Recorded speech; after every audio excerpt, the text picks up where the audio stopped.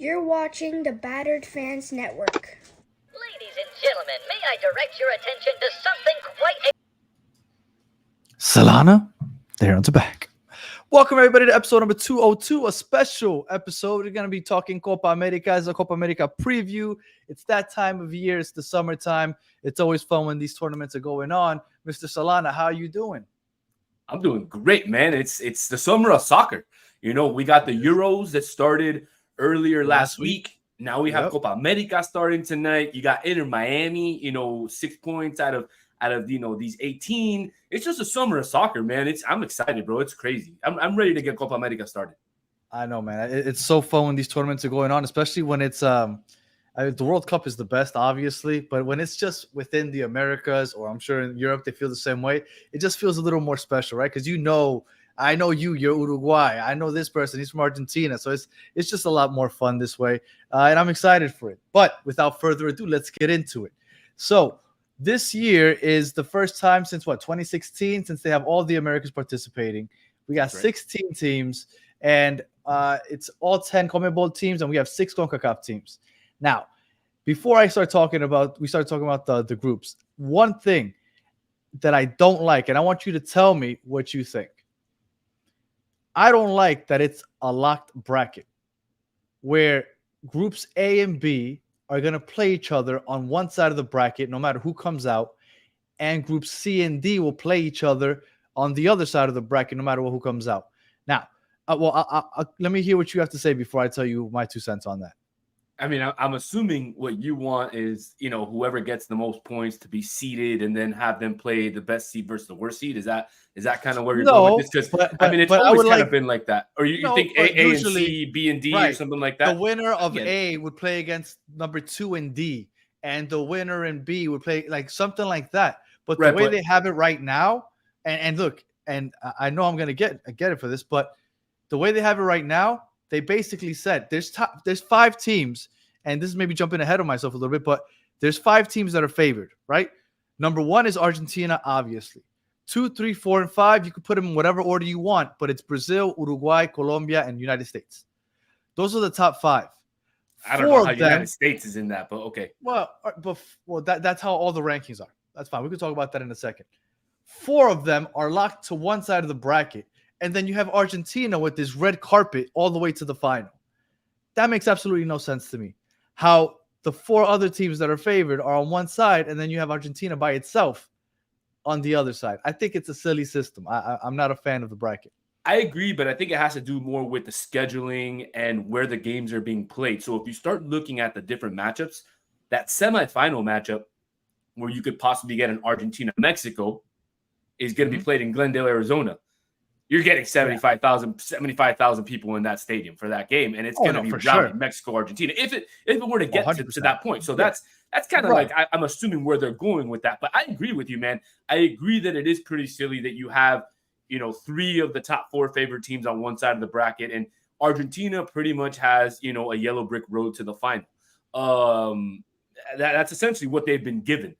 But I hope that the other teams make it a little bit tougher for them than CONCACAF has or CONMEBOL has, because I do agree. I see where you're going with this. Yeah, I mean, look, I'm not a fan of it, but like I said, I knew that I would get. Look, I'm Colombian, so I know that the Argentinians are going to give me crap about it because they're going to say I'm crying. I mean, I promise you, it's just an observation. It has nothing to be in Colombian. I think it's silly. I think it should be more mixed up, but whatever. So let's get into it. So these 4 groups, we start with Group A. Let's just go in the order that they're presented here. So let's start with the obvious. Argentina, the favorite, for obvious reasons, defending champs, defending Copa America champs. They have the best player in the world. They have not if you ask Carly Lloyd. Yeah, I heard that she made an interesting comment. But what do you have to say about Argentina? Obviously, they're the favorites, and I think that they're, way above all the rest of the teams in this group. I completely agree with you.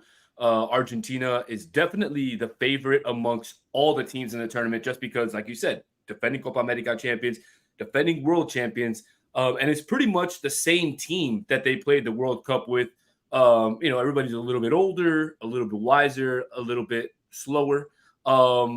but not a lot of new players, although they do have a young guy named, I think, Valentin Carboni, who made the roster, a young guy. So they're trying to mix some young guys, but it's the same character. So you're looking at, Messi and Di Maria trying to lead this team to what would be the third major championship in a row.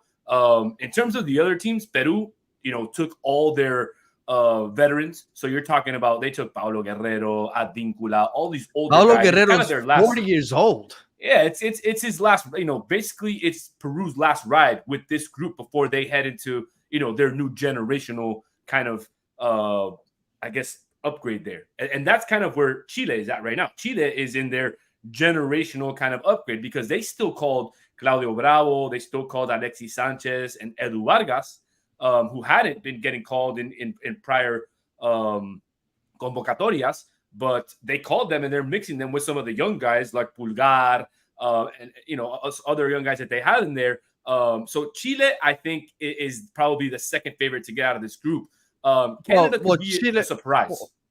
Well, real quick, to touch on Chile real quick.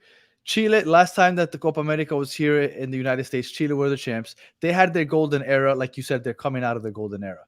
So I can see why you say that. But more than anything, because they got Ricardo Gareca, which is their new manager. Now, he is the one that was pushing Peru through, and people didn't understand why they were doing so well because I felt like they were overachieving consistently.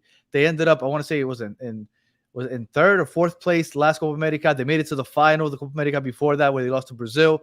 And I felt like he was overperforming what he was supposed to. Now he is with Chile. And I think that because of that, like you said, I give Chile the edge to end up in second place in this division because of that. Now, go ahead. What were you going to say about Canada? Well, I mean, Canada could be a complete surprise. Nobody really knows what's going to happen because they hadn't had a coach. Then they went ahead and hired Jesse Marsh, which I think was a fantastic hiring.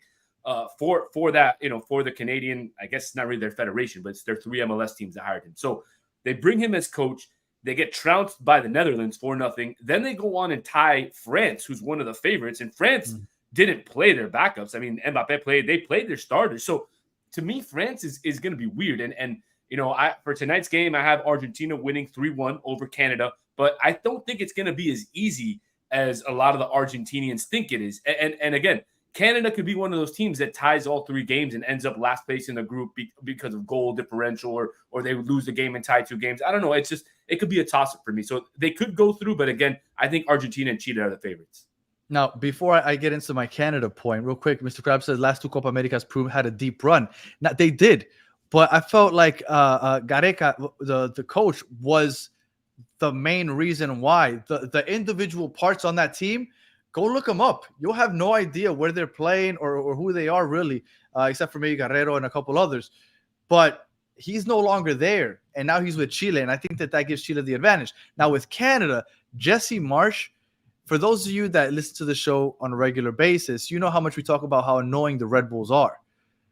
Jesse Marsh brought that cocaine, Red Bull strategy of playing, way of playing the high press 90 minutes. That was all Jesse Marsh with the Red Bulls for the first 4 or 5 years that he was with them. Then he went on to other places, Leeds, and all those other things. Now he's bringing that to Canada. Now, Canada has the young guys, the young legs to play his style of soccer.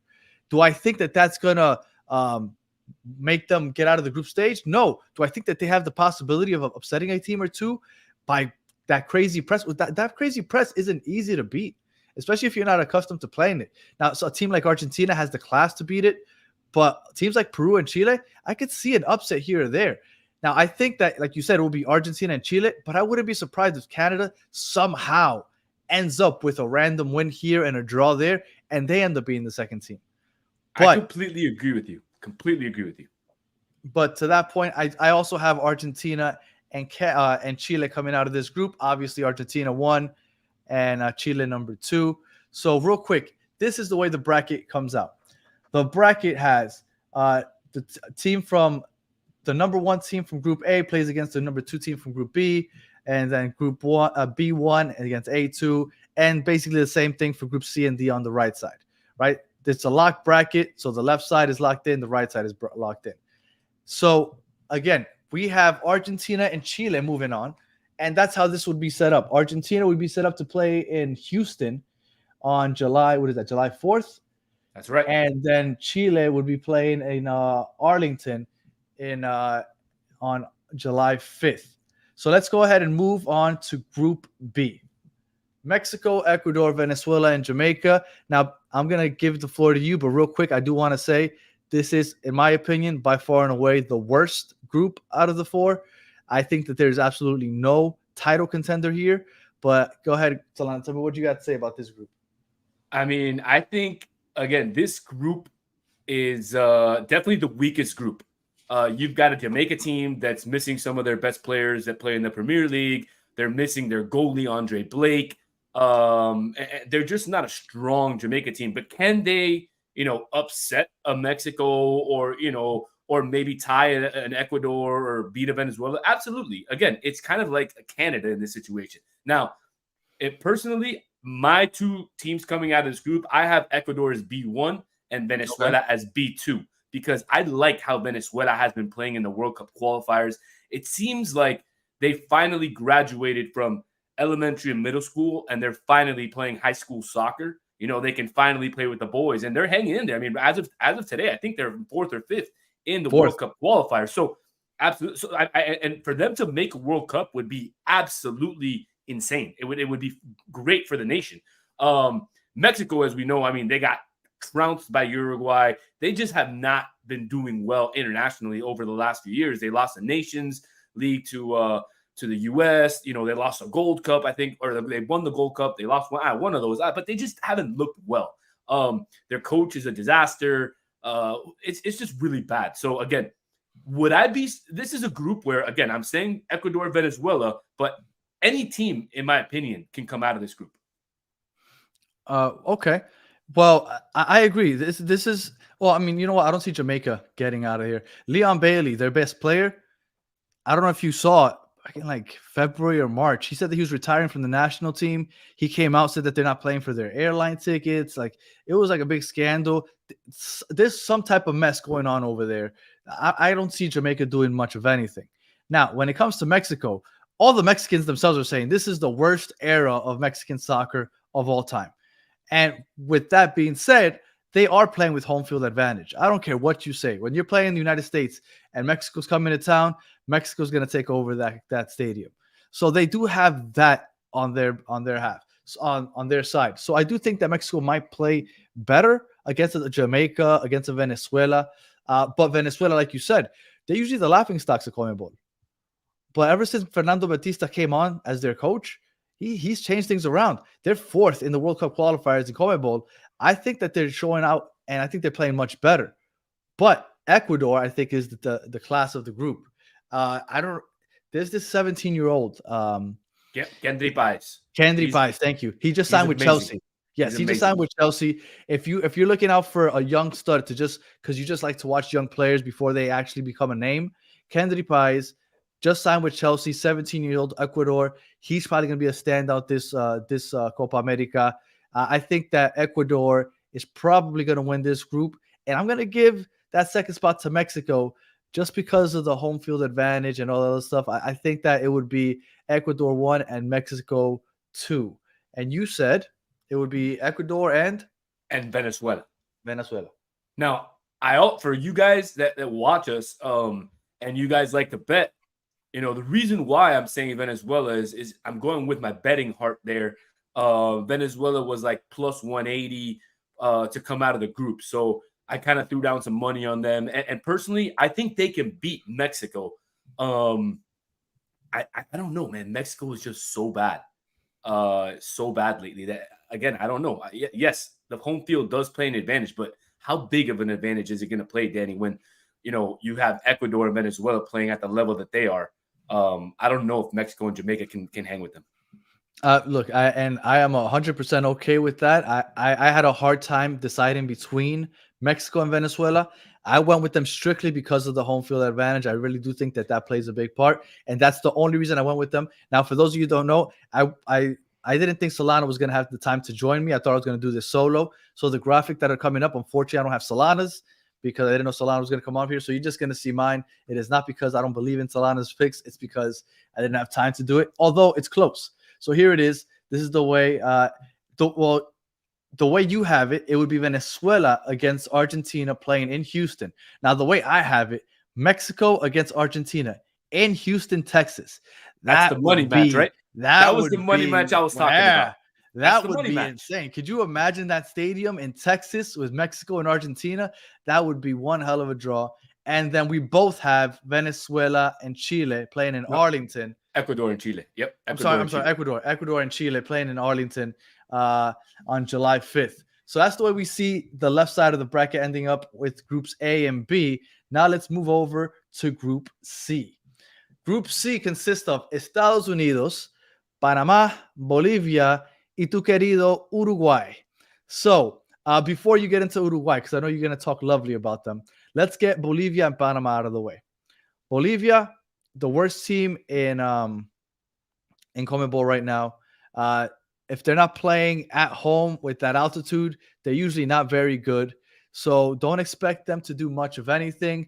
And Panama, although that they've come up a lot better over the last decade or so, I still don't think that they can compete with Uruguay. And the United States usually handles their business against Panama whenever they play against them. So I don't know if you want to touch on Bolivia and Panama at all before we move on to the U.S. and Uruguay. Yeah, in terms of Panama, they're just one of those a CONCACAF nation that is kind of on the brim of like, are they in the level of a Mexico, Jamaica, United States, or are they still on the level of the Guatemala, Nicaragua, El Salvador's? I think that's where they're kind of flirting, because they did go to the World Cup, last World Cup, I believe, right? Or I don't remember if it was them or if it was El Salvador, but they were close. They went. Now, Bolivia, on the other hand, you hit it right on the head. If they're not playing in La Paz, it's almost virtually a loss or a tie for them, because they just don't have the talent that they once had back in the 90s with El Diablo Echeverri. El Diablo, DC United legend. That's right. And with their famous goalkeeper, Truco. I think today their best player is their goalkeeper, Marcel Lampe. And that's pretty sad if your goalkeeper is your best player. So again, Bolivia to me is probably going to be the bottom feeder here. I think Panama even beats Bolivia, or that game will be a tie. That game will decide the two below. In terms of Uruguay and United States, I think it'll be Uruguay as C1 and then US as C2. But I could see it going. I could see it going either way, because I think this is going to be a group where it depends on the goal the goal differential that the United States and the U.S. get on Panama and Bolivia, because I have all the faith in the United States to be able to tie Uruguay. And I know you're surprised that I'm saying that. And the U.S. is, and the reason I say it is they're playing Kansas City. There's going to be 75,000 people. Not an easy place to play in. They have that home field advantage. And the U.S. has always played Uruguay very, very well. Last time they played together, they tied 1-1 in St. Louis. I think before that, they also tied 1-1 or 0-0. So they've always played great games together. So look, I have Uruguay, as C1, USA as C2, but anything can happen here. Anything can happen. And just real quick, I didn't know this. Raza, with the fun fact about Venezuela, they didn't have any pre-games to get ready for the Copa America. I hadn't realized that. That's interesting. That's an interesting way to go about things. I was not aware of that. So thank you for that tidbit. That's interesting. Real quick, well, you covered Uruguay. Anything else you want to say Uruguay before I get into USA? Because I was going to talk just a little bit about the USA. Go for USA, man. There's not a lot to say about Uruguay. I mean, I think everybody knows kind of what's going on. They just beat Argentina, Brazil for the first time in like 20 years, back to back. They're in second place in the CONMEBOL World Cup qualifiers, and they have Bielsa as the head coach. We'll see what happens.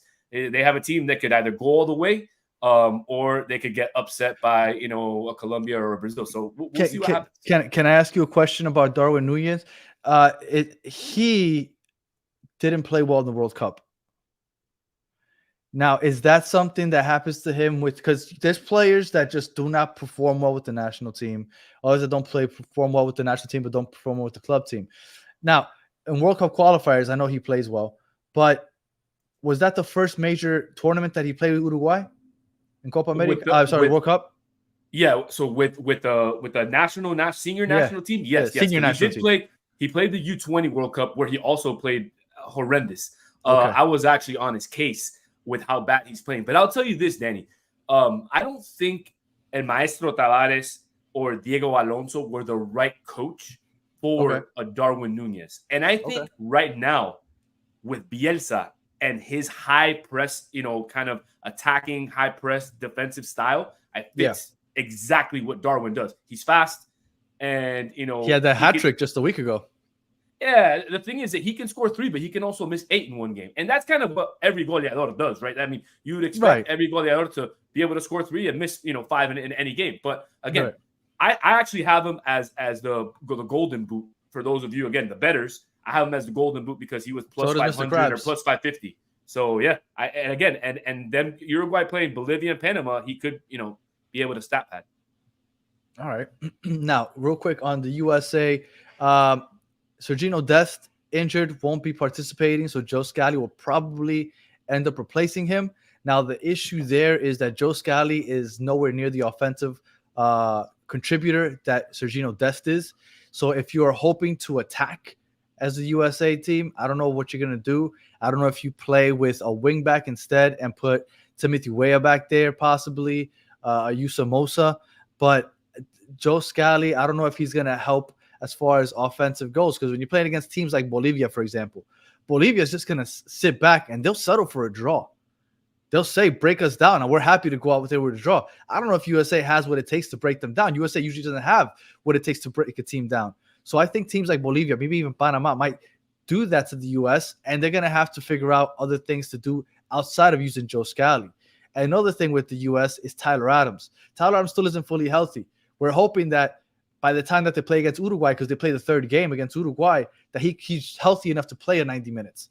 But Tyler Adams is crucial for that midfield. And I think the fact that he is not healthy is also going to be something that they have to work through during this group stage. And then finally, as always, the USA never have a good number 9. And Pepe, he left the MLS. He went to, I forgot where the hell he ended up, but I know he's not starting. He's not it's going to be a big tournament for him. It's going to be a big tournament for Gio Reyna. Gio Reyna, Dortmund wasn't hacking it. Went to Nottingham Forest, didn't play well. Gio Reyna has a lot to prove. It's just a lot of question marks here. But just the fact that it's Bolivia and Panama in the same group, I think just by default, they're going to end up being the second seed in this group. I'm going to give you a little factoid here since you like stats so much. I do. I love stats. Give me numbers. Bolivia, give me numbers. Bolivia only has won one Copa America game since 1999. Jesus. Sorry, I lied. I lied. Since 1997. Jeez, that's one. Yeah, Bolivia's not good, man. Them and Venezuela are usually the punching bags, but Venezuela's finally gotten out of that. But Bolivia's still that. Yep. Unfortunately, yeah. And I had a buddy of mine that played for the national team, and it sucks, bro. It sucks. Here, Mr. Krabs, sadly, this golden generation of USA is being wasted by Greg the Egg Berhalter. I will tell you that for those of you that are accustomed to like golden eras, like in Belgium, they're coming out of their golden era, Chile coming out of their golden era. I think the USA is just starting. Like, I know that that's hard to believe, but as the sport grows in this country, so does the youth and the kids that are coming up playing the sport in this huge country. You're going to find more and more quality players because it's going to be so many people playing. So I wouldn't worry too much. I think we're in good hands for the future. All right. So we both have Uruguay coming out on top. So they'll be on the top of that bracket and the U.S. on the bottom of that bracket. And now let's go over to Group D. Brazil, Colombia, Paraguay, and Costa Rica. Let's start real quick with Paraguay. They have 1 goal in the 6 games that are World Cup qualifiers. They are not a good team. I think that they're going to be much like Bolivia. They're going to get mollywopped a lot of these games. And then Costa Rica, they also just went through their little golden era. I believe Keylor Navas said that he's already retired. So I also think that they are past their time. What do you have to say about Costa Rica and Paraguay before we get into Brazil and Colombia? Well, Costa Rica just, they played a friendly on May 31st against Uruguay's F team. There was like that team that Uruguay took local players and the one amateur player, and they tied 0-0. Okay. They had starters playing like Joel El Hombre de las Sopas Campbell and a couple other guys that normally play. So they played with starters. And Uruguay played, like I said, with their F team, and they tied. So that's all I have to say about Costa Rica, and that sucks because I love Costa Rica, and I love I loved that team and that generation that they had with Keylor Navas and just everything that they represented. It was fantastic for Conmebol. In terms of Paraguay, yeah, man, Paraguay has been really, really bad. It was unfortunate that Diego Gomez got hurt when he did, because he probably would have been a part of that squad. They have Almiron. Right. And so they have players, but they just can never seem to be able to put it together. But they're a team that could put could play a 5-4-1 and try to get a 0-0, 1-1 tie. And they can do that to anybody. Now, going into the other two teams, and I'll let you go in. I'll let you give your what you think about Colombia and Brazil first, but I might have a little surprise there. So let's see if you beat me to my surprise. All right. Well, Brazil had a horrible 2023. Neymar got injured. They had no coach. It was like temporary coaches throughout the year. There was one that was coaching, I think it's like one of the teams that ended up winning the title in Brazil and the national team at the same time. It was like a mess. But they finally got their guy. I forgot his name. I can't remember the new manager's name. But they got the new manager. Apparently, he kind of lets Brazil just play. Like, he's not very strict, which is what Brazilians like to do. But they have Vinicius, where Vinicius is not the Real Madrid Vinicius when he puts on the Brazilian shirt. Like we were saying just a little while ago, there's some players that perform great for their clubs, but not for the national team. And in some cases, it's because those teams like Real Madrid and Barcelona have such good players around them that it helps them play well. But you can't say that about Vinicius. He plays for Brazil. They got quality up and down that roster. They're probably the deepest team in this tournament. So Vinicius has a lot to prove. But I mean, since they got the new manager, I know that they beat England in England. I believe it's in Wembley Stadium. And they beat Spain in Madrid. I believe they played in Madrid. So Brazil is, I don't know, maybe they drew with Spain. But Brazil has looked better since they got their new coach. But with that being said, let me get into Colombia real quick. Colombia undefeated in the last 23 games. This is the best they've looked in forever. Kind of the opposite of what we say about Vinicius. Everybody's like, people that don't really follow Colombian really closely, but they know about James Rodriguez, they're like, how is James Rodriguez still a starter? James Rodriguez is the complete opposite of Vinicius. James Rodriguez is another human being when he puts on the yellow kit of Colombia. He plays like the number 10 that you would want on just about any team. And with Lucho, he also plays great with Colombia. My worry is that they'll put Yerry Mina in instead of Davinson Sanchez. But I think that with the 4-2-3-1 that they usually play, they'll be good defensively. I'm excited for Colombia because I think that they have enough to – and they're not necessarily surprising anybody because I've seen a lot of people pick them as their dark horse. So it isn't really a surprise to say that they're going to get out of here or win this group. But I think that they will win this group. Do I think they finish this whole tournament undefeated? That's a different story. But I do think that they go ahead and they win this group and Brazil will end up in number 2. I'm going to agree with you, but I want to ask you if you can put that comment by Mr. Krabs where he says Brazil doesn't really take the Copa America seriously. Mr. Krabs, if that's not truth, that's a disgrace to the country. If you, as a soccer federation, do not take your Continental Cup seriously, that is a disgrace to your nation, a disgrace to your players, and a disgrace to the federation to Conmebol. Like, how could you not take that? What, you just take the World Cup seriously? Come on, dude. That's BS. Like, get out of here. They took it seriously in 2019 when they won it. So that's what I'm saying. Like, that's BS. And I know he gave a couple things saying like Pelé only ever played in one, and Marcelo and Kaká. Okay, there could have been situations, different coaches or whatever. And Brazil's also one of the deepest team where, like, if you don't have Marcelo, I can't think off the top of my head who is their backup left back, but you have plenty of quality coming out of Brazil. Where and then right here, like Carlos Eleven said, Brazil are weak at the fullback position. I think that's the only position that this year that they're weak in. I disagree. I think this is the weakest Brazil team Really? that we've seen probably since I don't know, man, since a long time ago. Well, they don't have a number 9. No, Unless Endrick, number 17, they're counting on him. I know they're going to count on him, but they also don't have midfielders. Look, first, they don't have fullbacks. For years and years and years, Brazil has always had fullbacks. You go back to Cafu, you go back to Roberto Carlos, then you had Marcelo, you had Dani Alves, you had many, many, many fullbacks, center backs. They had many as well. Now, the only guy that's been a constant back there is Marquinhos, and he's kind of getting up there, in terms of age and just slow, and he's not just good. The midfield used to scare you. I don't even think Casemiro plays anymore. They just don't have the same midfield. And now, in terms of forwards, they've always had a 9 or a 10 up there that really scares you. Vinny has only scored 3 national team goals in his whole career. Rodrigo doesn't scare anybody. Now, can they, break out and go absolutely nuts and win it all? Absolutely. Brazil is Brazil. And they're always going to have a chance based on their history. But I'm with you, man. Colombia over Brazil here. Colombia D1, Brazil D2.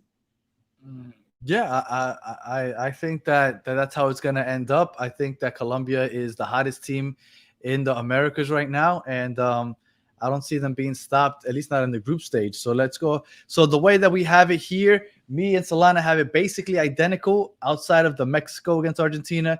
He has who was it that you had instead of Mexico? I had Venezuela. Venezuela, thank you. Venezuela. All right. So now let's go on from here.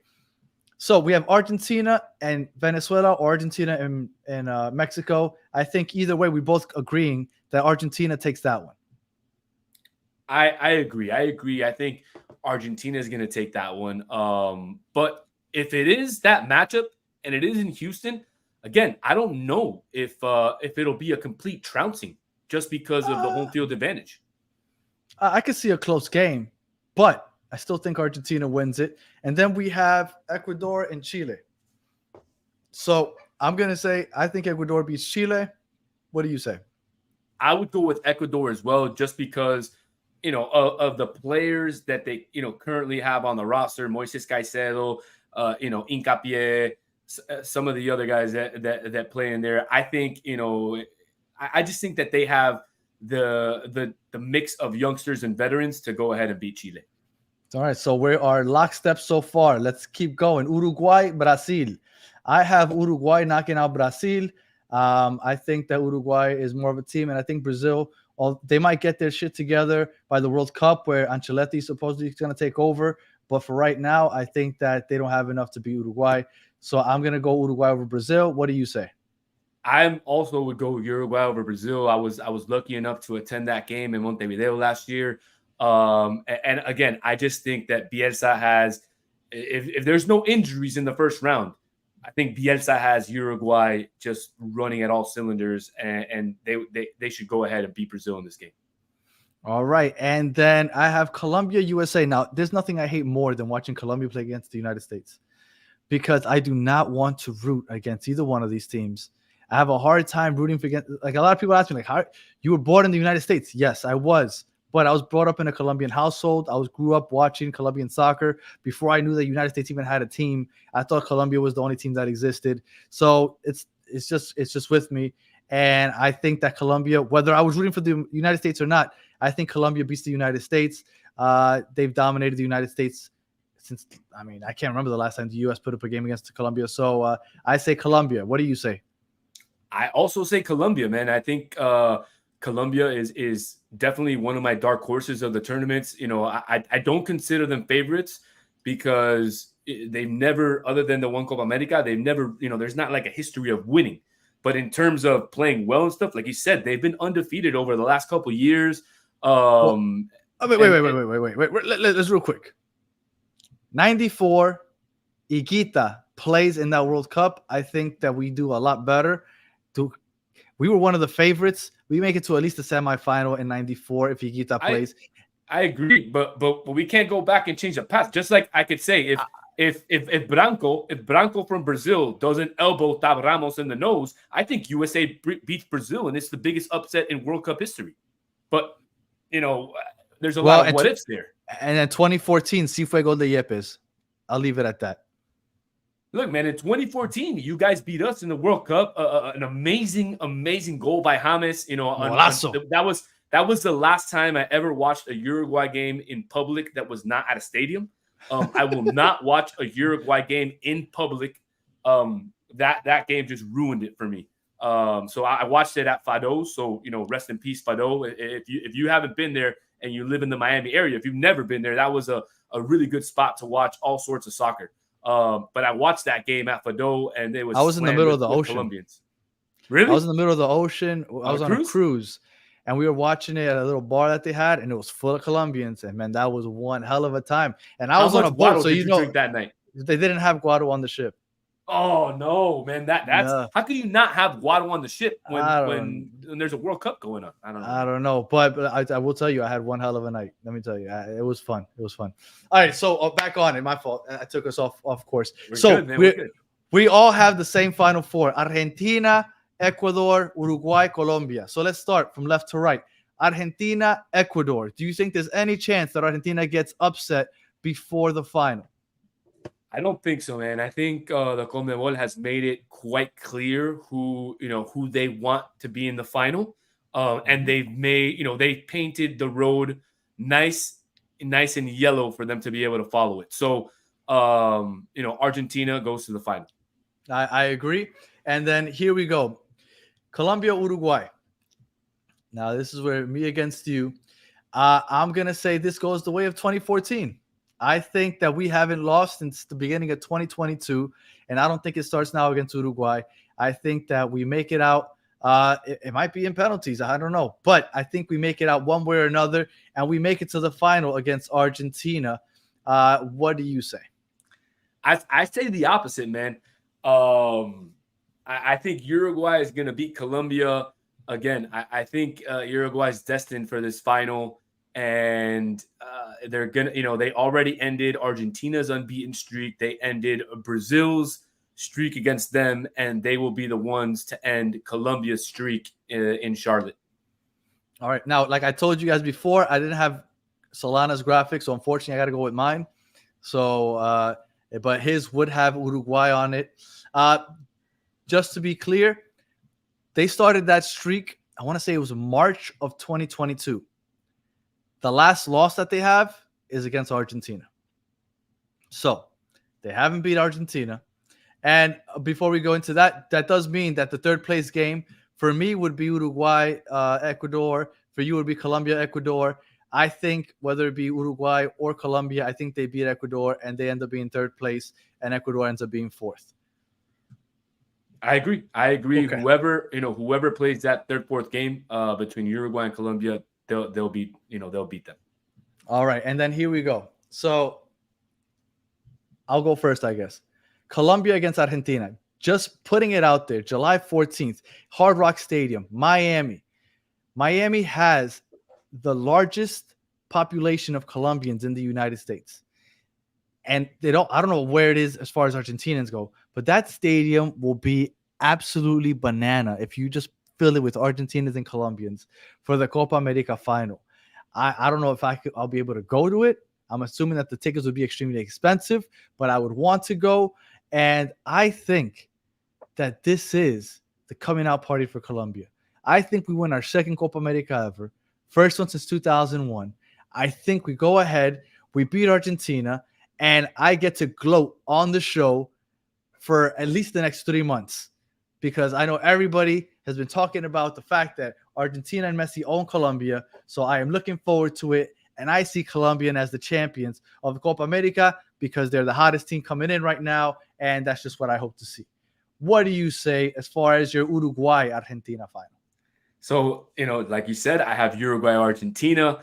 If that is the final, Uruguay-Argentina, you bet your ass that I am going to be at Hard Rock Stadium. I don't care what I have to do. If I have to climb the stadium, pay anybody off, it doesn't matter. But I will leave my soul and my life at Hard Rock Stadium, no doubt. Now, I texted you this earlier, and you laughed your ass off. So I gotta tell the battered fam what my ideal scenario is and how this is gonna happen. So I told Danny that It'll be Uruguay, Argentina in the final. It'll be 1-1, and Suarez will score a goal in the 88th minute to win it and give that's right. the 16th Copa America to Uruguay.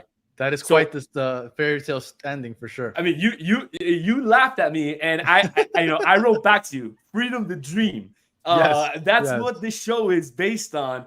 So hey, that's my Hollywood ending right there. And of course, if that happens, dude, I you won't find me at work or anywhere I don't know where I'll be. I'll probably be walking the streets of Miami for a few weeks going nuts.